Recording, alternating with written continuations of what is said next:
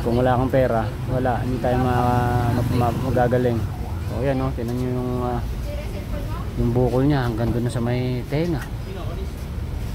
Pera na lang ang kulang, mababago ko na ang lahat. Saka isang ano na, tinusok. Saan?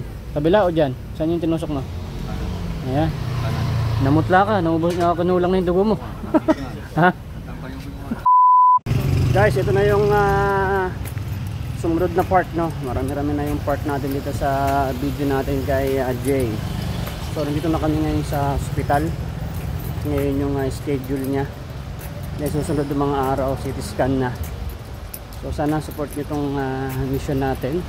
Pakishare nyo po yung video. Malaking tulong na yan kay Jay. Yung mga naipon natin sa pagbablog. Yun yung gagamitin natin sa mga gastos sa pagpapa-opera. So sakripisyo to. So support na lang po ako ay sapat na. So hindi man tayo natulungan ng mga sinasabi nyo mga sikat na mga vloggers. Eh okay lang yun. Wala problema. Kaya natin to. So papasok na tayo dun sa hospital dito sa gate. So hintayin na lang po yung mga video pa kasi bawal tayo mag video dun sa loob, no? Alright, ayan si Jay. Nauna na. So guys, palabas na kami. So ayan ang hospital. So kinuha na ng dugo si Jay. So bukas po yung resulta. Alas 10 daw ng umaga. So siguro baka ako na lang kukuha. Ha? Anong palitaw? Jay, nag-request to si Jay. Bili daw kami ng palitaw. Itong palitaw na to. Palitaw? Ano ba yung palitaw? Ito ang palitaw, te. Ba't tinawag na palitaw? Di palutang dapat, na? Palutang. Mali ang tawag dyan. Hindi yan dapat palitaw. Dapat palutang. Magkano yan? Palitaw, palutang. No. 15. Palutang. Ano yan, paminta? Oo. Ha? Magkano 15? Buong paminta. Hindi pala yung palitaw. So palitan mo na yan, te, ha? Palutang na yan, ha? Sayang. Tara na. Gano'ng kadaming kinuhan dugo sa'yo? Ano, 1 litro? Wala naman. Ganun lang. So bukas yung resulta. Depende. Siguro ako na lang kukuha para kahit mga after lunch. Tapos August 2 CT scan muna. Ano na ngayon? 29. May 31 ba ngayon o 30 lang? May 31? So 29, 30, 31 1, 2 4 days pa. So guys, 4 days pa yung CT scan nya. Then yung resulta hindi ko alam kung kinabukasan at makukuha rin natin. At pag nakuha yung resulta, babalik tayo dun sa hospital kung saan ay dun siya natin papaoperahan. So sana pray nyo lang, okay na yun na matapos tong mission na to guys. Alam nyo, napaka busy kong tao, pero katulad nito, sakripisyo po talaga, no? Yung tatay ko meron pang cancer, so laki rin ng gastos ko.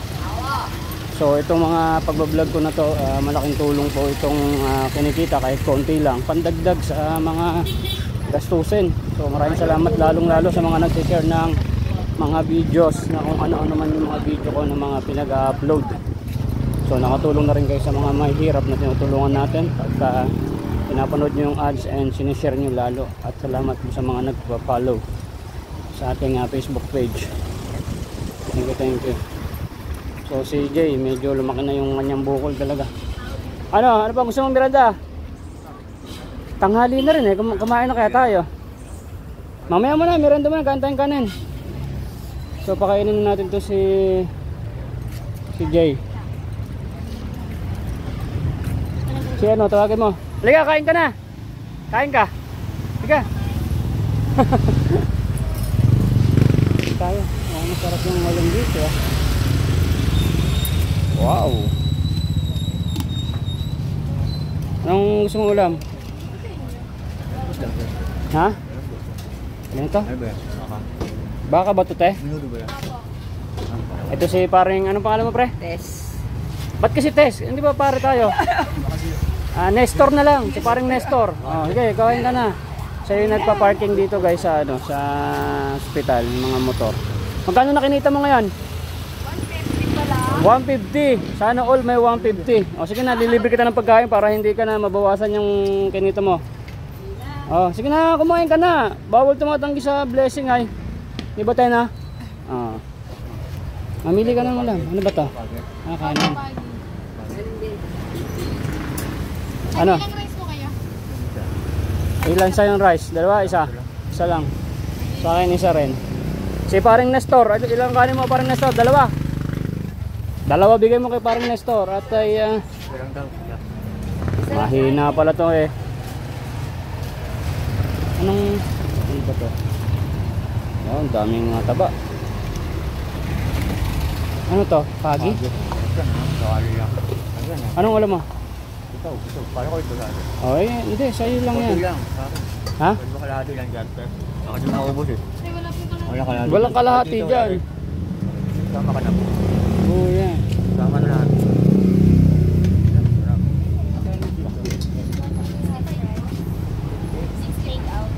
Ito nga sa akin. Mukhang masarap to. May alamang to ang kasama. Tapos matay ka ba? Okay. Dalawang kanin mo. Isa lang.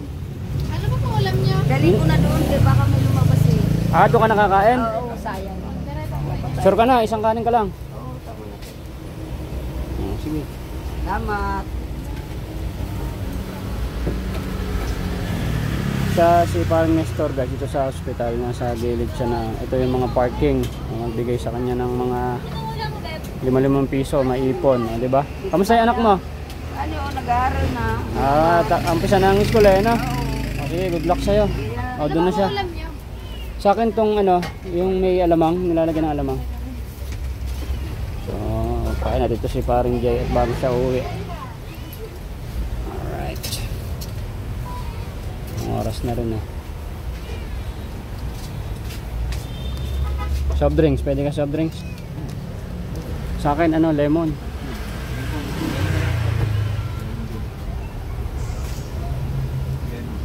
So bukas babalik ng alas 10. So 30 na bukas. So 3 araw pa, mga paero, no? So nalalapit na yung ating pagbalik doon sa ospital. So sana okay yung lahat ng test. Hindi sana siya bagsak sa mga resulta. At ay para masabi ng doktor kung pwede siyang operahan at schedule, no? So syempre marami pong ipapabili yung sa ospital ng mga gamot na gagamitin niya. So yun, binibili yung sa labas, wala yung iba sa ospital. Kaya kahit sabihin natin na ano, mga idol na public, pero gagastos ka. Eh ako nga nung na ano ko ng pako, yung bumuon sa akin dito, kung napanood nyo dito, yan, namaan ng grass cutter yung mahaba na alambre na ganito pumasok sa balat ko, sa loob, no? Public yung 3,000 na gastos ko. No, public yun ha, mga kaero. Kaya sasabihin natin kahit public magastos din. At ay kung wala kang pera, wala, hindi tayo magagaling. So yan, no, tingnan nyo yung bukol niya hanggang doon na sa may tenga. Pero na lang ang kulang. Mababago ko na ang lahat.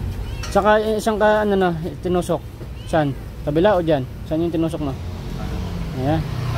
Namutla ka, kinulang na yung dugo mo. Ha? Saan tangkal yung kinuha? Lemon po.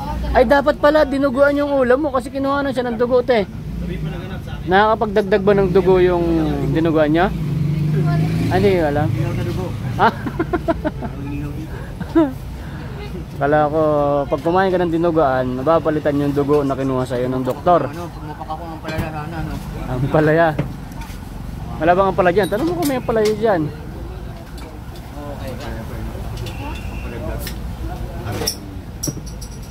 So guys, sana pag na-operahan to si Jay, huwag lang sana maapektuhan yung kanyang bungo. Yung sinasabi ng doktor na kailangan ng stainless sa sa kanyang panga. Napakamahal po noon, 150,000. My goodness. So sana may himala na hindi yon kailangan para sa kanyang operasyon, para hindi tayo mapapagastos. Nako po. So maraming salamat po talaga sa inyong mga nanonood. Dahil kada nood nyo ng mga ads ni Jay or ano man ang aking mga video ay kaisa kayo sa mga natutulungan natin sa lansangan. Tulad nito, napaka lupit ng mission na to guys. Mahirap tong mission na to, pero nakikita nyo, napapanood nyo, medyo matagal tayong hindi nakapag-upload kay Jay dahil halos isang buwan at kalahati yung pinaghintay natin, kasi kung ibabayad natin sa private yung kinita natin na maliit sa ating pagbablog, ay wala na tayong gagasusin sa susunod. My goodness, may pangangailangan din ako kasi yung tatay ko may cancer din, marami rin akong anak, diba? Kaya tuloy lang. Tapos sa bundok mag-ano pa ako, magsasaka, tanim ako ng mga gulay para kikita ng negosyo ko. At kung kumita, may pangtulong pa tayo sa susunod na mga mission natin. So kakain muna kami guys, at ay hintayin nyo pa. Lagi tayo magbablog ngayon para meron tayong maipon na revenue, so magamit natin sa kay paring Jay. So ang sarap ng ulam ko. So hintayin nyo pa guys yung mga susunod pa ng mga part ng ating mga video about dito kay Jay. Ayan, kita nyo, sobrang laki ng bukol.